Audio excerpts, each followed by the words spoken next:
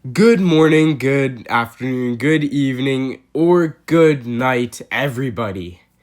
Uh, Welcome to IB Buddy Grade 9 Science. Today, we're covering the cycling of matter in ecosystems. So, the whole thing comes down to one idea. Matter cannot be created or destroyed. Think of it like this. The water you drank this morning, some of those molecules might have literally been inside a dinosaur millions of years ago. Nothing disappears. It just moves around. Same with every atom in your body. It was somewhere else before, and after you're gone, it'll go somewhere else again. You're basically a living recycling machine. Your body replaces 2 million blood cells every single second. So, because matter can't be made from nothing, it has to continue cycling. So, there are 3 main cycles we need to know: the water cycle, the carbon cycle, and the nitrogen cycle. So, let's go through each one. Let's start off with the water cycle. Right. So, we've got the sun up here, and it's basically acting like a giant heater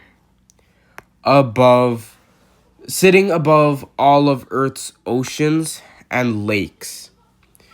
So just like how if you leave a wet towel out in the sun, it dries up, the sun's heat turns liquid water into water vapor, an invisible gas that floats up into the atmosphere. So this would be like the atmosphere. And so this process is called evaporation.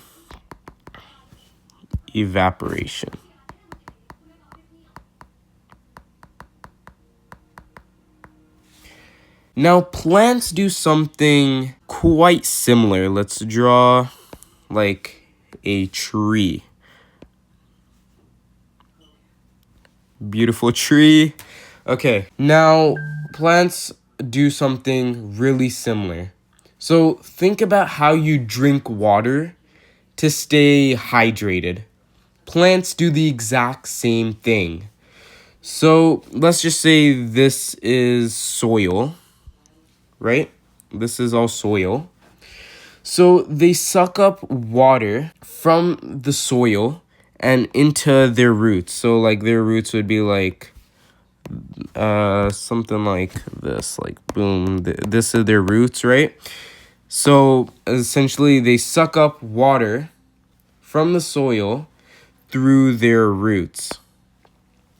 That water travels all the way up into their leaves. And the leaves, right? Let's just get a zoom in on the leaves. That's a bad leaf. A zoom in on the leaf. And so they act like tiny vents. Right? There's like these little holes. They act like tiny vents, releasing that water out as vapor into the air, aka into the atmosphere. So all that water goes up. We call that transpiration. So this is transpiration. And it's essentially the same thing, but for plants. Evaporation, but for plants. Transpiration.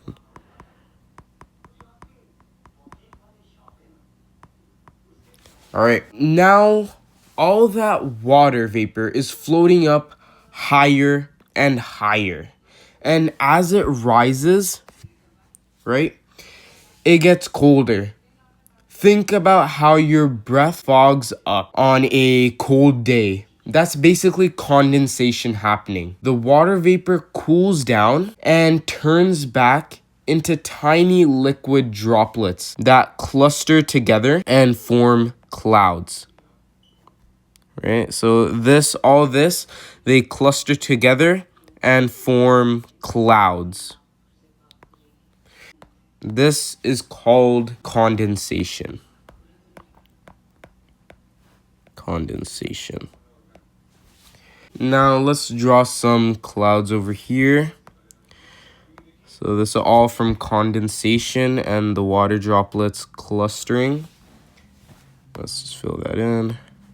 So those droplets keep combining and getting heavier and heavier until the cloud literally can't hold them anymore, and they fall back down as rain, snow, or hail.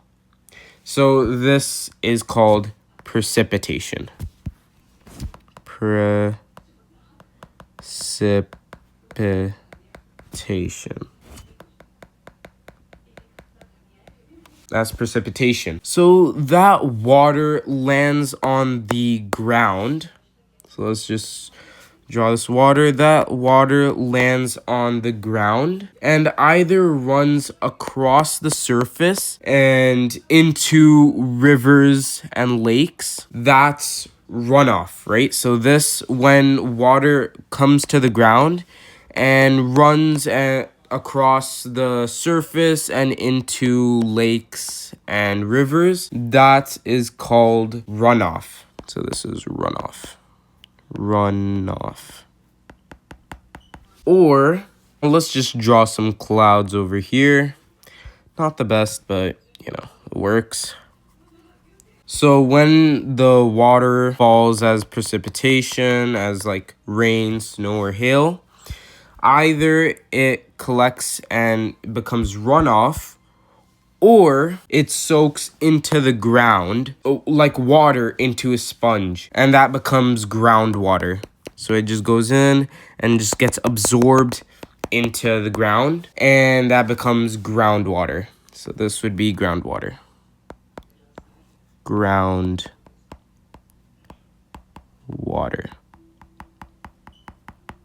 And then the sun, right? Let's just draw it here again. And then the sun heats it all up again, and the whole thing repeats forever. So the sun like heats up all this water that's either in the lakes, which is runoff, or in the ground, and the whole process starts again. It either evaporates into the atmosphere, and in plants it transpirates, and then it becomes condensation, and then it forms clouds, and then precipitation happens, and then keeps going and going forever in a loop. That is called the water cycle. Now, quick thing before the carbon cycle. So let's write the greenhouse. Let's write greenhouse effect. Greenhouse effect. Imagine the earth. Let's just draw the earth over here with all its beauty, right? Imagine the earth with all its beauty is wearing a sort of blanket. So let's just draw like a little blanket. This is our blanket. And so imagine it's wearing a blanket. So heat from the sun comes in, right? Heat from the sun comes in. And some of it tries to escape back into space. But certain gases in the atmosphere act like that blanket and trap the heat inside, right? So they get inside and they're unable to escape. So those gases are things like CO2, which is carbon dioxide, methane, etc. So as these gases and more, as those gases trap more heat, the planet warms up. It gets hotter. It warms up because those gases can't escape because of the blanket, which means more water evaporates, which means more water vapor in the atmosphere, which traps even more heat, which warms things even more. So this is called a positive feedback loop. So it's essentially like a snowball rolling downhill. It keeps getting bigger on its own, which is why once climate change gets going, it's really hard to stop. Now the carbon cycle. Carbon is in literally everything alive. You're made of it, plants are made of it, animals are made of it. So in the atmosphere, let's just say this area is the atmosphere. Let's just say this area is the atmosphere. In the atmosphere, it floats around as CO2. So in the atmosphere, it just floats around as CO2. So let's draw a plant. So let's just draw my amazing trees. Boom. Oh, that's better. So plants are basically the vacuum cleaners of the atmosphere.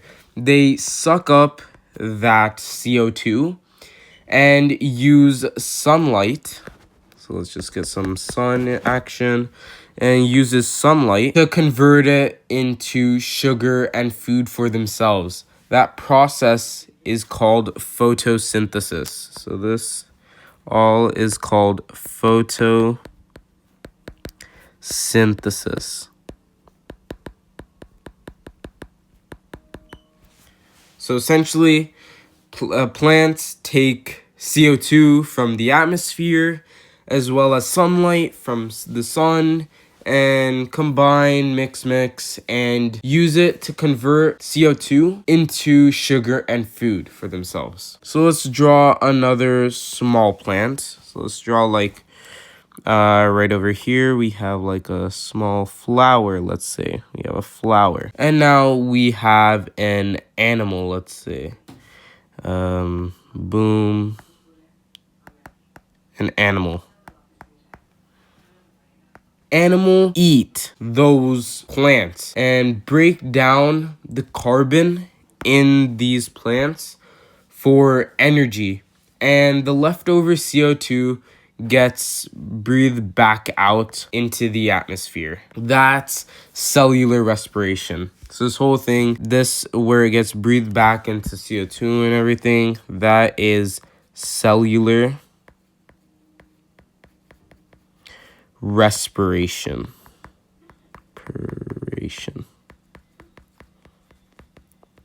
So when organisms die, let's just draw like this guy dead. Sorry, Bert. He's sad because he died. Decomposers like bacteria and fungi are basically nature's cleanup crew. So these are like bacteria and fungi. So they break everything down and in the process release CO2 back into the atmosphere. So that's the natural loop and it's totally balanced. This is called decomposition.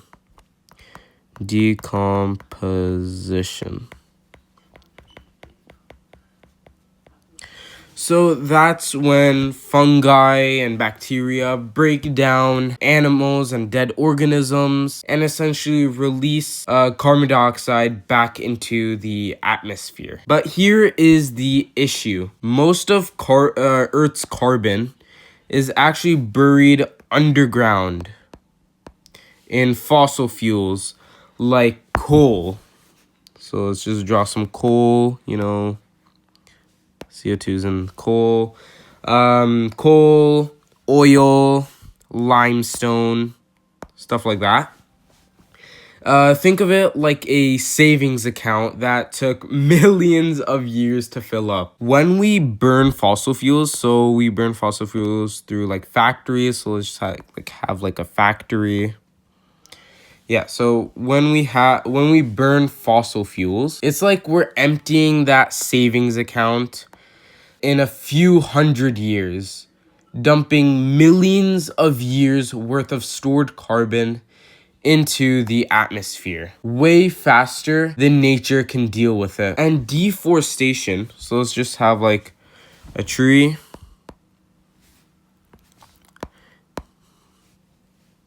Okay, that's my best truth so far. Deforestation, so, is like breaking the vacuum cleaner at the same time. So fewer trees means less carbon dioxide being absorbed. So it just keeps piling up. So there's a deforestation. Deforestation. Now the last one, the nitrogen cycle. Nitrogen cycle. Here's a crazy fact. So let's just pretend this is the atmosphere. Like, this is the atmosphere. The air around you right now is 78% nitrogen. It's literally everywhere. But plants, let's just have like a flower or something. Beautiful flower. Plants cannot use nitrogen in this form, which is N2, which is nitrogen. It's like having food written in a language your body can't understand. To actually use nitrogen, plants need it converted into two specific forms. Ammonium, which is NH4, or nitrate, which is the same as NO3. So how does nitrogen in the air become those usable forms, ammonium and nitrate? Let's first draw some soil. Soil. Now let's draw some bacteria in this soil, right? We just got bacteria. So through tiny bacteria living in the soil, they grab the nitrogen gas in the atmosphere, they grab it and convert it into ammonium. So they grab it and they're like, all right, let's just scoop out some ammonium. And so we call this nitrogen fixation. Nitrogen fixation. Some plants, like beans, are actually smart enough to grow these bacteria inside their own roots. As a partnership, the bacteria get shelter and the plant gets usable nitrogen. So you're probably wondering, how do plants grab that nitrogen, right? So let's just have another plant. Why not? This time let's make it a little pretty. So let's just have green and then bloom. That's pretty as it can get. All right, we grab soil and then its roots. Let's just say these are its roots, right? So plants absorb that nitrogen through their roots. So not only is nitrogen in the atmosphere, but as well as in the soil. So plants just absorb that nitrogen through their roots. And animals, let's just draw another animal. Boom. Let's name him Bert. They eat those plants, yum, and use the nitrogen that the plants took from the roots and build proteins. So think muscle, hair, skin, all of that is built from nitrogen. So when animals produce waste, like this, or let's just do an example like when animals die as well. Now he's sad. Decomposers, so the bacteria and fungi, they break all those proteins apart and release ammonium back into soil. So they do that and grab and put ammonium back into the soil. NH4. That's the same thing as ammonium. So that is decomposition. This is called decomposition. Just repeating a little, but this is part of the carbon cycle. And finally, denitrifying bacteria converts nitrates, so NO3 here, NO3. They convert nitrates back into nitrogen gas. So they convert it, blah, blah, blah, do some exchange, and convert it into nitrogen gas. And release it back into the atmosphere. Plop. And it completes the full loop. And a massive takeaway, let's just put a star here. Without nitrogen fixing bacteria, this whole cycle basically collapses. No bacteria means no usable nitrogen for plants, which means no proteins and no life. So bacteria are doing more for life on Earth than almost anything else. So those are the 3 cycles. Water moves through evaporation, condensation, and precipitation. Carbon flows through photosynthesis, respiration, and decomposition, and gets messed up by burning fossil fuels. And nitrogen depends entirely on bacteria to make it usable for life. Matter never disappears, it just keeps moving. And human activity is throwing all 3 of these cycles off balance. So good luck on your tests. See everybody.